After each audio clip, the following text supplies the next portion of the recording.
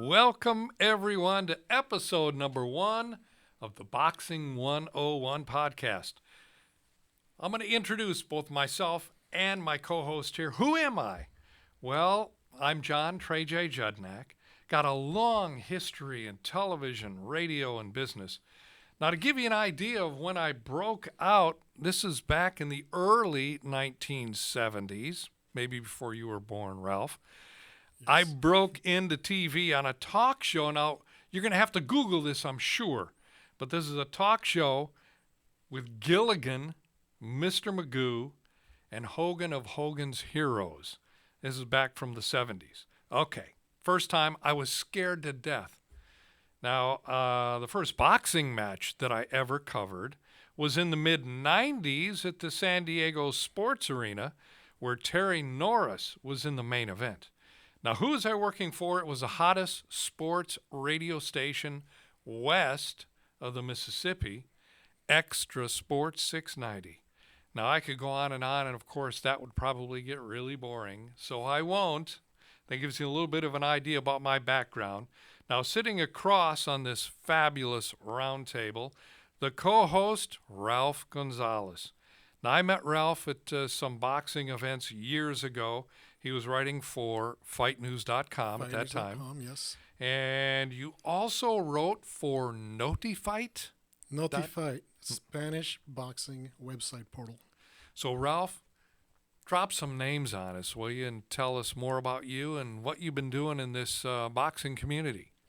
Well, I started working for FightNews.com back in 2001 when the first boxing websites came out, and I got a chance to interview people like Oscar De La Hoya, the great promoter Bob Arum, Marco Antonio Barrera, Julio Cesar Chavez, Floyd Mayweather when he was coming up, pretty much everybody on the scene. And do you remember when Floyd, didn't he used to come into the arena on a horse?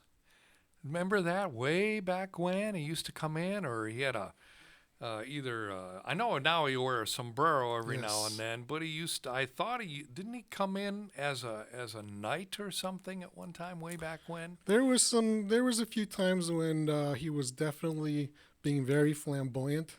That changed throughout the years. Now he wears the Mexican sombrero with the Mexican colors, especially when he fights Mexican fighters like Canelo Alvarez. He's gone through quite a transformation since back then. So you've been around. I've been around. I've covered fights pretty much everywhere: Las Vegas, L.A., San Diego, Mexico, and I've covered hundreds of fights.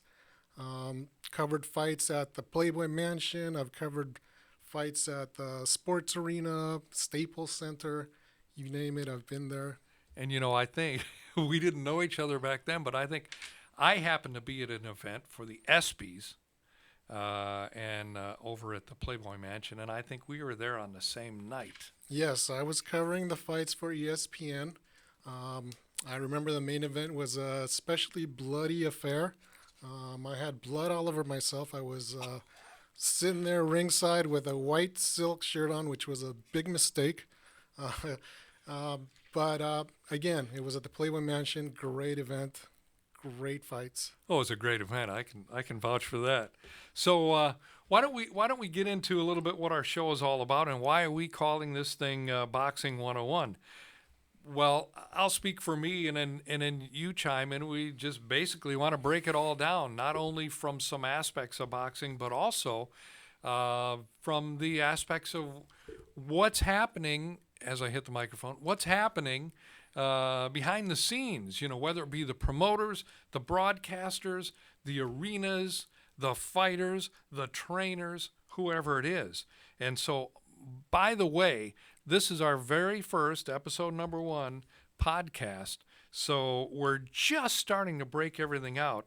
But on Facebook, it's going to be at Boxing 101 Podcast. Then on Instagram, same, Boxing 101 Podcast.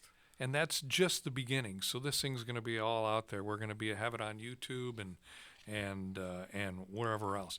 So what I think we need to do is we just finished a huge event. Yes. And this was this for us right now this past weekend, Manny Pacquiao and Keith Thurman. I've got some notes here, so I want to read it. I want to start it out by a couple of comments by a couple of guys, Sports Illustrated, Chris Mannix. Yes. He picked Thurman by decision. All right, and he said 2 years ago, and this is a quote from him, Thurman was elite. He had back-to-back wins over Sean Porter and Danny Garcia and had a case to be called number one welterweight in the world. And he says, Chris said, I still believe that guy is there. I think Thurman's athleticism is going to keep him away from Pacquiao's power. And we'll talk about that in a minute. But then Greg Bishop said the bout, I think, hinges on whether what we've seen from both fighters in the past couple of years is the real result of, one, Pacquiao's career resurgence and Thurman's injury related lull. Both of them had the kind of related lull a little bit there. And then number two, good and bad matchmaking, the boxing equivalent of smoke and mirrors, so he took Pacquiao. So, Ralph, you and I happened to be together that night and watch it on TV from this huge boxing party. Yes. So we're going to get into that. And then right after, we're going to talk to someone who was there at the arena and knows and gives us the whole damn vibe from the boxing town, USA in Vegas. So what did you think of that fight? Because it was great. It was indeed an exciting fight, and I tell you, a lot of people were surprised that Pacquiao at 40 years old can still perform at that level. I mean, who wouldn't be? A lot of fighters at 40, they fall apart, but Pacquiao still has it. Not only does he have the speed and the footwork, he still has the hunger and the fury in him, and he showed it. I mean, he took on a much younger man, a very, very solid fighter, a very good champion, knocked him down first round, and I think that really set the tone for the fight, if you think about it. Yeah, didn't Chris Mannix happen to say he didn't think he had the power? Now, I mean, if you look at it, okay, maybe Thurman was just a little bit off balance. Okay, a little bit, but Pacquiao caught him in the chin, and Thurman didn't expect it because he didn't think he could do it. And when Pacquiao caught him in the chin, that was enough to send him over. Well, he hit him in the right spot, took his legs out. As you saw, Thurman smiled. When he was on the canvas, he was surprised. He didn't think he could get hurt like that. I mean, he wasn't too hurt. It was slightly hurt, but enough to take his legs. And I tell you, I think he was shocked. He was shocked that he got caught like that by a 40-year-old guy. But Pacquiao, he can move around the ring, just change. You never know what he's going to do, really, and that's why I think it's so hard to prepare for the guy, because he is going to hop around and he is going to try and hit you from all angles. Correct or not? His footwork is incredible, just incredible. He'll jump in and out. He'll be in your face, then he'll be away 3 feet, and his athleticism is still there. Of course, he's not who he used to be, but he still got it. The guy still got it. Well, I think what we should do right now is bring in our very first guest on this show. So we're going to bring in our very special guest of this episode 1 of Boxing 101. So let's set the stage a little bit before she comes on. She is the winner of multiple journalism awards for writing, editing, and producing. She has a Master of Science in Mass Communications from San Diego State University, the San Diego Press Club Public Relations Professional of the Year, and she travels around the country, and I don't know, maybe even around the globe, covering boxing for Community Digital News.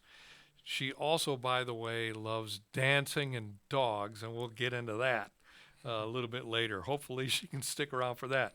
Now, from somewhere here in San Diego County, by Skype, is Gayle Falkenthal. Gayle. Greetings, gentlemen. I am honored to be on the inaugural edition of Boxing 101. Thank you. Well, we are so happy you're here. Great to have you. Of course, the very first thing that we want to talk about is the fight that you were at. So, you had, Yeah, there there you she is. go. Legit right Just there. just for the audience, there's the proof, right? Nice. The credential. And of course, a lot of us are jealous. So, we'll get that out of the way right away. We'll write for a ringside seat. What can I say? Exactly. So, I saw a couple of comments by you, a couple of clips by you. One of them was former champion Marco Antonio Barrera, who lost a lopsided decision to Pacquiao. When was that? Back in 2007. And that was for the WBC Super Featherweight title. Now, Pacquiao's come up a little bit in weight since then. And he said it was very difficult to face Pacquiao. He's a lefty, and sometimes he jumps a meter away from you, and then he's right back in front of you. So, what did you see while you were there with the fight, and what's your attitude on it? We saw Manny Pacquiao turn back the clock a decade. It was an astonishing performance. Interestingly enough, in the week leading up to the fight, a lot of fighters, a lot of trainers, a lot of pundits were all asked, who do you think's going to win? And it did split among the two camps, with the majority picking Pacquiao, surprisingly, especially the fighters, both past and current. A majority, maybe 60-40, picked Pacquiao, like Marco Antonio Barrera did. In fact, journalists were invited to a roundtable discussion with Eric Morales, El Terrible, Barrera, Winky Wright, and Sean Porter. Sean, who of course had faced Thurman, and asked them what did they think about the fight? How did they think it was going to turn out? And even Porter, who had been beaten by Thurman narrowly, I might add, talked about Thurman's assets, but still thought Pacquiao had a very good chance to win. So that was interesting to see who was picking sides. I did pick Pacquiao by decision, and I turned out to be right. But boy, after that first round knockdown, I thought, I don't know if he's going to see the final bell. Credit to Thurman for being the party that made it the fight it was. You've got to have a dance partner to dance well. And Pacquiao had Thurman. So credit to Thurman. He got knocked on his butt in the first round. Pacquiao split the guard, caught him coming in like he has for 24 years. And Thurman just said, where'd that come from? Like every fighter before him who's been caught the same way. Thurman could have given up right there. He gets the paycheck either way. They don't get paid by the hour. To Thurman's credit, he proved he's an athlete. He's a warrior. He kept going. It took him a few rounds to figure out, what can I do? What is the key to solving the Pacquiao problem? And when you saw him start coming on in the middle rounds, he owned rounds 6, 7, 8, 9, and we started thinking, this is going to be very close. Is it going to come down to that single point disadvantage from the first round? And then Pacquiao came out and in the 10th round and scored a tremendous body shot on Thurman. We saw Thurman bend over, buckle at the knees. He did not go down. He was smart enough not to have that reflex to put the glove down to balance himself, which is often where they get called for a knockdown when they don't really go down. But what he did do is he spit his mouthpiece out because he had to gasp for air.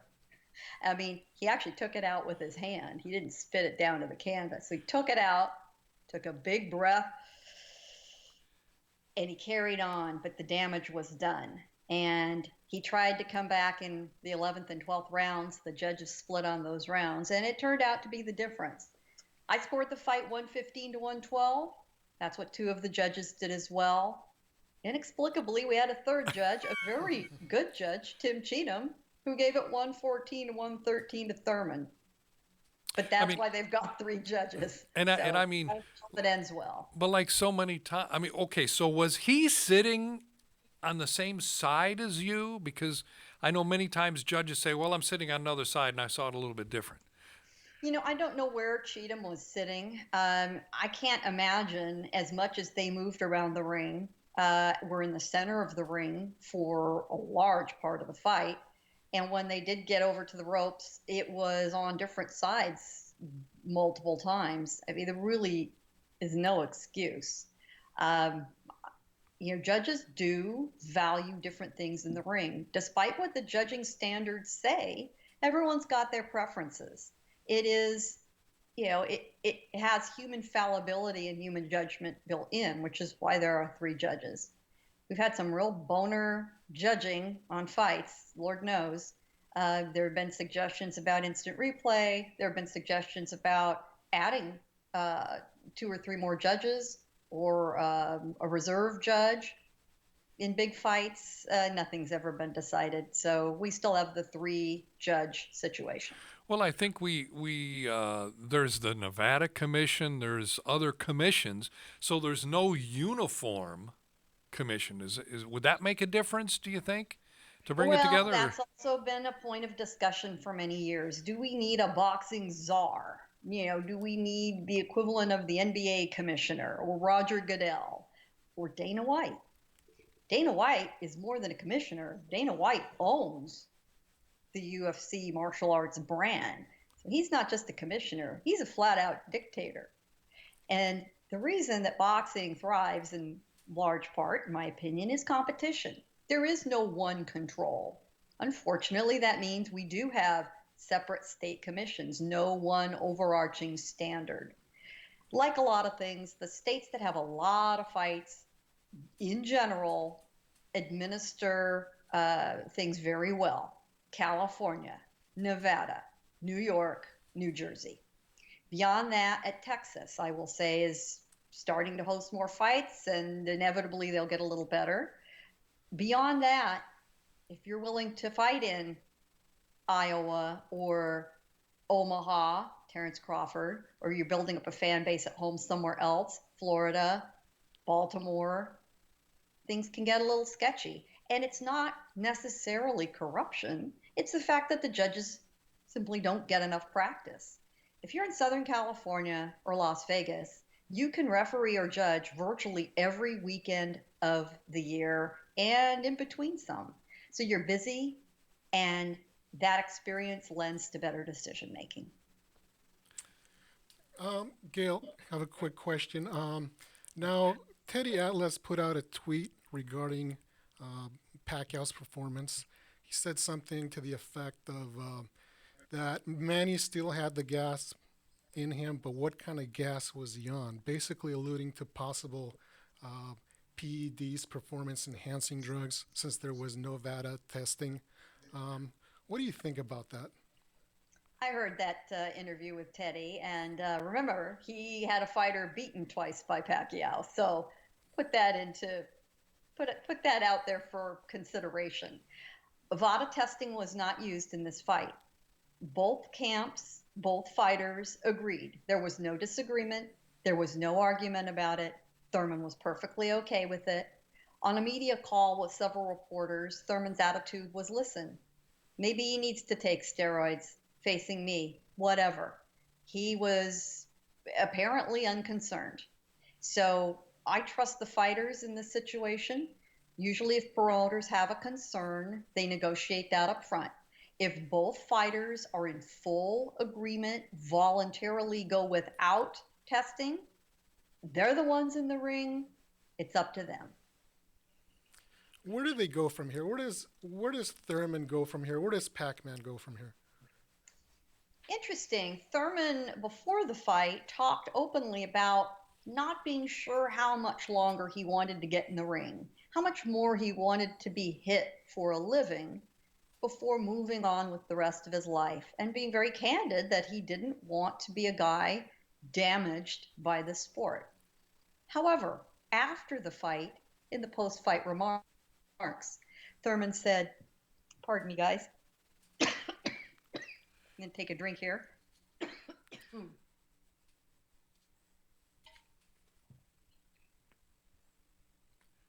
After the fight, Thurman said, I realize now how much I have missed boxing. I realize how much I enjoy it. So I disregard some of the things he said before the fight about, I'm not sure how much more I want to fight.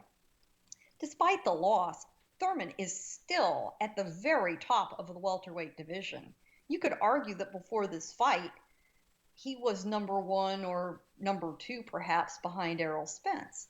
He's got a lot left to offer. He's barely 30 years old. Who wouldn't want to see Keith Thurman? Likely what will happen is the winner of the upcoming fight between Errol Spence and Sean Porter will face Pacquiao if he wants it. If not, Thurman's in the wings. And Thurman can still make fights with a lot of the other rising talent in the welterweight division and test himself. And after this weekend's fight, who wouldn't want to see Keith Thurman in the ring again? I sure would. It's only his first loss. I don't think anybody needs to write Keith one time, Thurman off. I think there are plenty more times in Thurman's career. Absolutely. He is a great champion and a classy guy, too. You know, the lead up was fairly classy. I mean, Thurman got into it a little bit. Thurman is a very bright man. Despite the fact he never finished high school, he quit to box. He's well read, curious about the world. You know, people tease him a little bit about kind of being a hippie and doing yoga, and he taught himself to play the flute. But he's got a bright, bright mind. I, for one, when he quits, would love to see him become a commentator or do something to stay in boxing and lend us his thoughts. He did a little bit of trash talking and building himself up before the fight. I think it was in fairly good taste. I didn't have any problem with a lot of what he said. Manny laughed off a lot of it. He commented, hey, this is motivating me. Everything he says is, getting me pumped for the fight. He did say, yeah, Thurman made my mom mad, but he seemed to understand what it was all about. So I had no problem with it. I'd love to see Keith stay in the sport a little bit longer. I think his career has probably got less in front of him than it does behind him. He's thinking about life after boxing. And I do wish more fighters would think like that. One thing that I think, kind of, if, we could bring it to close a little bit on this fight and move on to another one, with Pacquiao, and gosh, I've been watching him for years. And I remember when he's just a little kid, basically is what he looked like, coming over from the Philippines. I think his hair was spiked up or something like that. And green or blue. He had like blonde streaks. In his hair. Blonde tips, which, have come back. What can I say? That too. Yeah. He was a little kid, John. He was 16 years old. 24. He's been a professional fighter 24 years. And that's incredible. I know it. And I think the way some people kind of lose focus on him a little bit is he's such a nice guy and he's smiling all the time. He doesn't say much at all except a compliment, and yet and it's just remarkable. I mean, he'll be walking into the ring and he's smiling, but the moment it's like he gets into the ring, he just turns into somebody else. He morphs into this massive being that's going to take you out. That's all there is to it. Good fighters do that. A lot of good fighters have a way of compartmentalizing what they do, and they do have a different persona that they bring into the ring with them. Another great example is Gennady Golovkin. He is the guy you'd borrow a lawnmower from if he was your neighbor, right? Outside the ring. Inside the ring, he's Mr. Hyde. He's a crazy man. He's got the fire, the eye of the tiger. That is a thing that really happens. And they get in the ring and they are relentless. They are focused. It's something that people who are excellent at what they do are able to do. And then they put it aside back in the box carefully and wrap it up until they need it the next time. Well, you brought up Triple G, so let's move on a little bit. Is Canelo running from him right now? What do you think? I mean, is it hype? What do you think, Ralph? I don't believe he's running. At this point, his handlers who handle everything. He's trying to pick the best fight for him. And no, I don't think fighters at this level run from each other. I mean, Canelo's got a huge contract. He makes a lot of money. He's on a whole other level. I don't believe he's running. I think if the fight makes sense, it will eventually get done. Well, okay, so you've seen him in the ring, both of them, Gayle. So do you think that age is ticking away a little bit at Triple G, and maybe Canelo wants to just kind of hold off a little bit, like Floyd liked to do with everybody?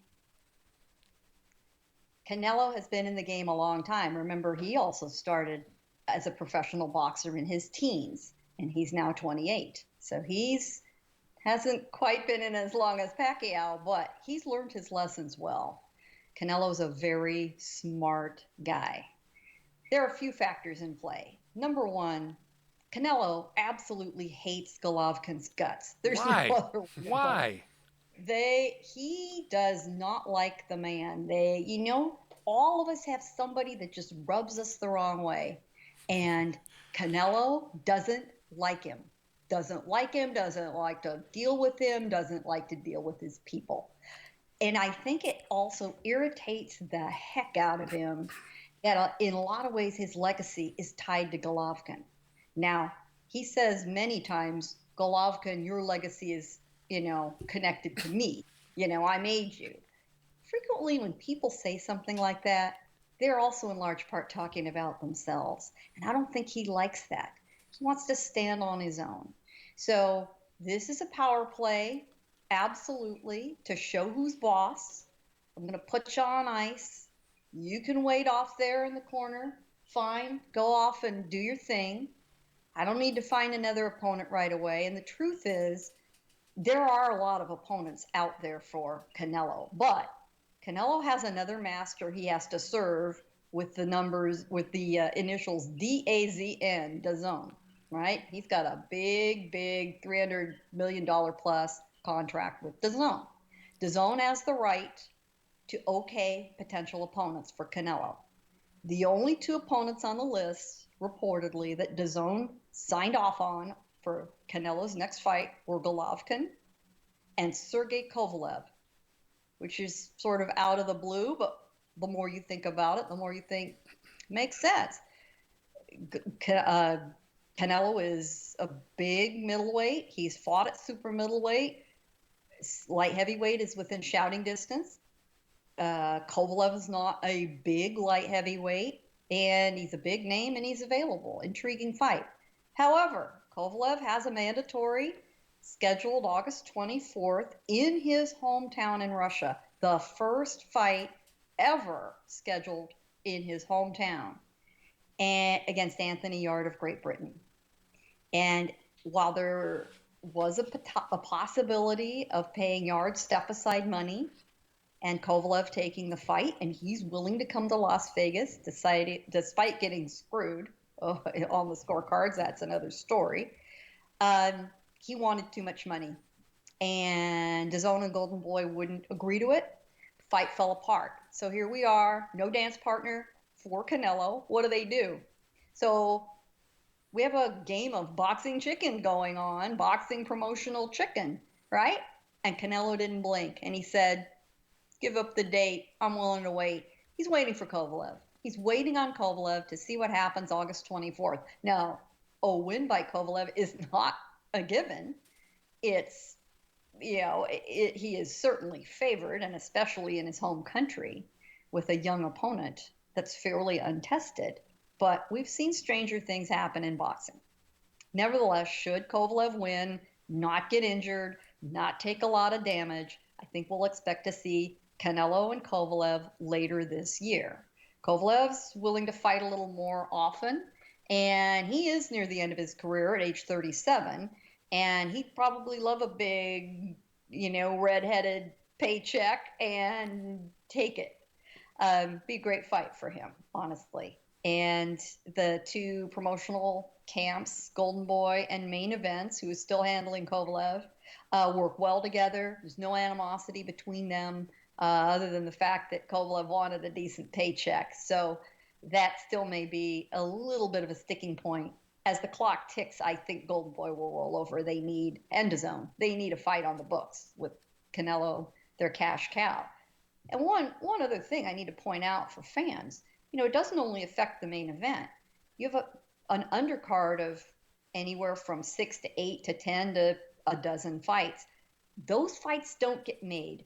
Those young guys, those rising stars don't get exposure when a big fight is made. So all the guys that were thinking, oh, wow, I want to be on the Kovalev or the Canelo undercard on Mexican Independence Day weekend, that's gone. They need to make new plans now. So guys like Hector Tanahara in the Golden Boy stable, for example, Victor Ortiz, Virgil Ortiz Jr., who's fighting here in a couple of weeks, could easily come back and fight on an undercard at his level there. That's gone. So the boxing world spins on. Okay, so let's turn to one more. Everybody's talking about Andy Ruiz Jr. So, the destroyer. So what have you heard? I mean, maybe it's changing every day. Rematch, they're saying potentially in Cardiff. No. I don't Ralph's believe it. shaking his head no. No, I don't believe it. I don't believe New it'll York? happen. It'll be New York or Vegas.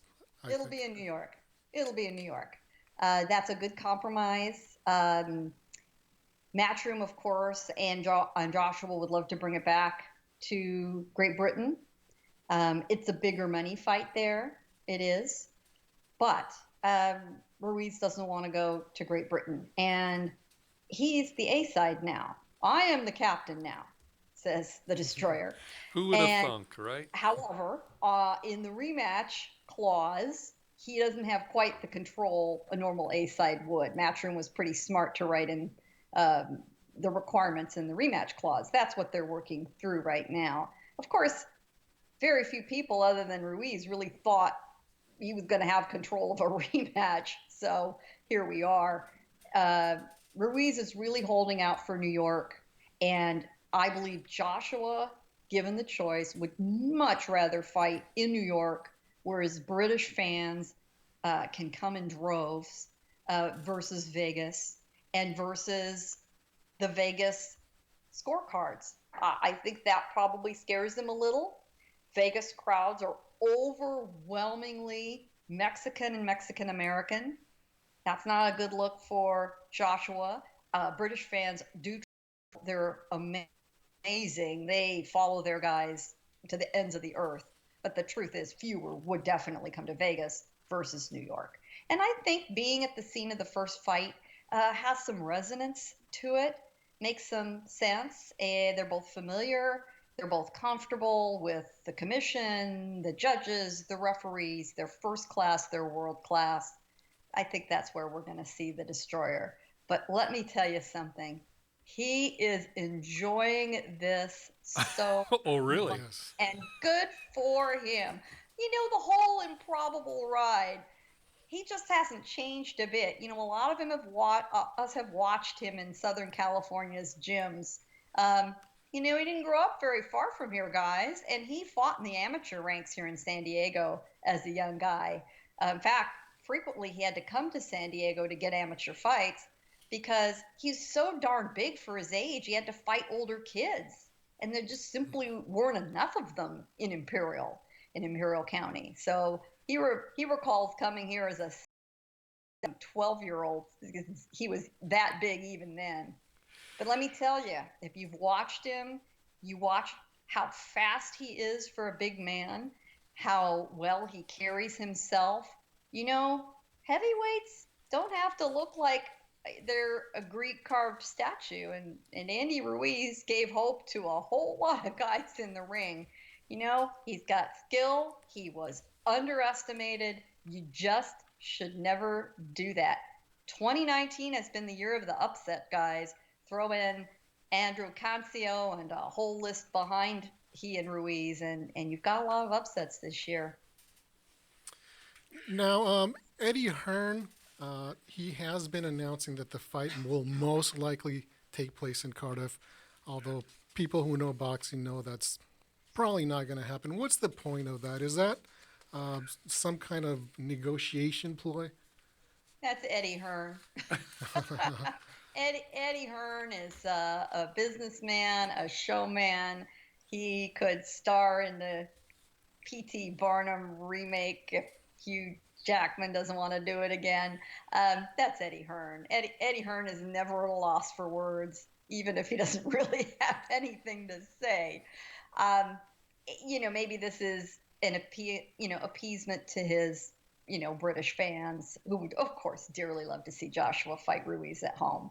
I just don't think it's going to happen. And if you ask Ruiz, he will tell you it's going to be in New York. And he holds the cards. He's the champion. He's got the belt. I don't think Matchroom wants to force him legally into terms. I think they would much rather come to terms on their own, agreeing freely. Absolutely. Okay, one more thing. You ready for this? Now we're going to throw a curveball at everybody. We're going to jump out of the boxing arena a little bit. And I know, see, she mentions dancing all the time, Ralph. You hear that every now and then. She drops it in. I know that she also writes for Community Digital about Dancing with the Stars.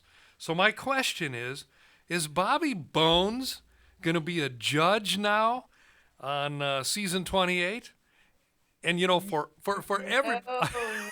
No. We're talking about judging. Don't freak the fans out. No. We're talking about judging in boxing, right? And whether it can be good or bad. Well, then you give all the weight to the public to throw in and vote for who's going to win in this particular thing. So, Bobby Bones, who, let's face it, anybody who's ever watched Dancing with the Stars, and to put this in perspective, Floyd Mayweather was on there too, okay? So I want everybody to remember that, because we're talking boxing here. Bobby Bones was on there, and let's say he was not the best dancer, by maybe a long shot. Enthusiastic, I will say that. But obviously, when the vote is weighted with 50% coming from the fans and 50% coming from the judges, the fans could override the judges. Wouldn't that be interesting to see in boxing? Oh, my Lord. I don't even want to think about it. Yeah, but you know what? There's so many of us that disagree with the way a bout will turn out. I mean, just say Triple G Canelo, right? I mean, there's a little bit of discussion in the public about that. So, well, and everyone ripped Adelaide Bird, and Lord knows her card was horrible. But everyone forgets that one round scored differently, and Don Trella's draw card would have given the fight to Golovkin in the first fight. So there you go. The answer to the question, if anyone on this boxing podcast really cares, and Floyd Mayweather, Victor Ortiz, and Sugar Ray Leonard have all been on the show, and I'm sorry to say, crashed and burned. However, Layla Ali came in second, so there, everybody. There you go. In the upcoming season, starting, I think, the third Monday in September, which is season 28, we do know the judging structure is going to change, the way judging takes place. We don't know yet what that is, but we do know it's changing. However, the original judges are all coming back. They're just simply going to judge differently. The formula is going to be different to avoid another Bobby Bones in the future. Oh, and by the way, no more paddles. No more paddles, guys. Really? What are they going to do? Oh, I assume we're going to get electronic scoring.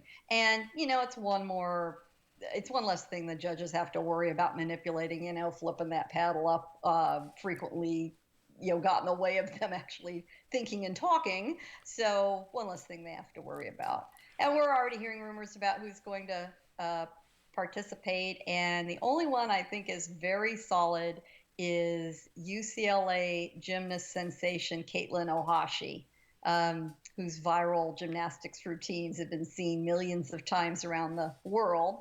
And she's now graduated and no longer NCAA eligible, so she's right there in LA. Everybody knows her. If she's not on the show, I've really lost my touch. Oh, Gayle, thank you so much for joining us. Thank you. This has been such a pleasure to have you here and all of your knowledge and your experience here in the, in the boxing community. Keep it up. You're good. Thank you, you. And Gayle. may I leave one last tip Would you with please? my fellow female viewers? Ladies, have you ever been to boxing in person? Have you ever thought you wanted to go? Let me tell you something. Give it a try. It's exciting. Um, you don't have to be an expert to watch and enjoy. And don't tell anybody this, but there is never ever a line in the ladies' room at a boxing event. I'm just saying. Well, that's real important. And by the way, my wife still wants to meet Triple G, so she'll carry your notepad for you, okay? Tell her to stroll around Santa Monica on a weekday afternoon, and she might run into him. There you have it. And we're going to hear from Silvia in just a couple of minutes, too. Gayle Falkenthal, thank you so much for joining us, and I really hope you're going to come back. I will. Thanks, guys, and much success to your new venture. Thank you. Thank you, Gayle. Thank you so much. And once again, everybody, you are listening, you are watching the very first episode of the Boxing 101 podcast, and it's coming to you from the KOCT Studios right here in Oceanside. And let me tell you, Ralph, I think you got to admit they've done a fabulous job. It's incredible. They did a great job. It's beautiful in here. Very happy to be here. Yeah, and we got a lot more of these things to come. So I want to switch gears just a little bit now because you just heard about my wife wants to meet Triple G. Well, my wife, Silvia Lopez-Jedynak, who's a realtor by day and sometimes by night, she works 7 days a week, she's also, like Gayle, a boxing aficionado the rest of the time. And by the way, she likes to use the phrase always in your corner. So she's come up with this segment. It's about taking a look at some of the local boxing gyms that we have here in northern San Diego County. Hence, this is called Silvia's Corner. So, Silvia, where are you today? Hello, everyone, and welcome to my very first edition of Always in Your Corner, where I go around North San Diego County and check out all the boxing gyms. Today we are here at Rhinos Boxing in Vista, California. And trust me, there is something for everyone, such as kids boxing, adult boxing, strength and conditioning, personal training, and listen to this, rock steady boxing program for those with Parkinson's. And he's also proud of the big names in boxing that have chosen Rhinos, like my good friend Mercito, No Mercy Hesta. Thank you so much for joining me, and don't forget, I am always in your corner. Ralph and Trey J, back to you. Only her with the pink gloves. Yes. Well, thanks so much, Sylvia. That's great. There are quite a few boxing gyms around San Diego County. We're gonna go out and hit more of them. I think there's a brand new one about ready to open up in Oceanside, Brick by Brick, I think is what it's called. Where is that?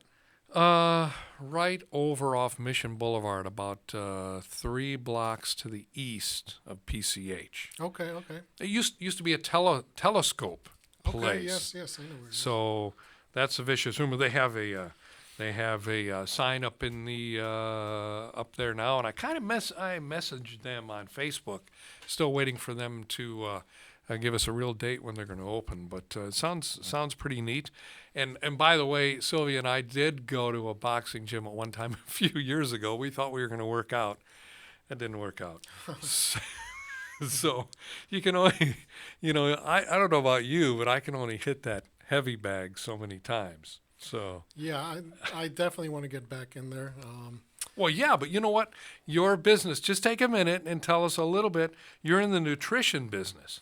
So. Yes, so I have a couple stores in North County, San Diego, Fitness Quest Nutrition.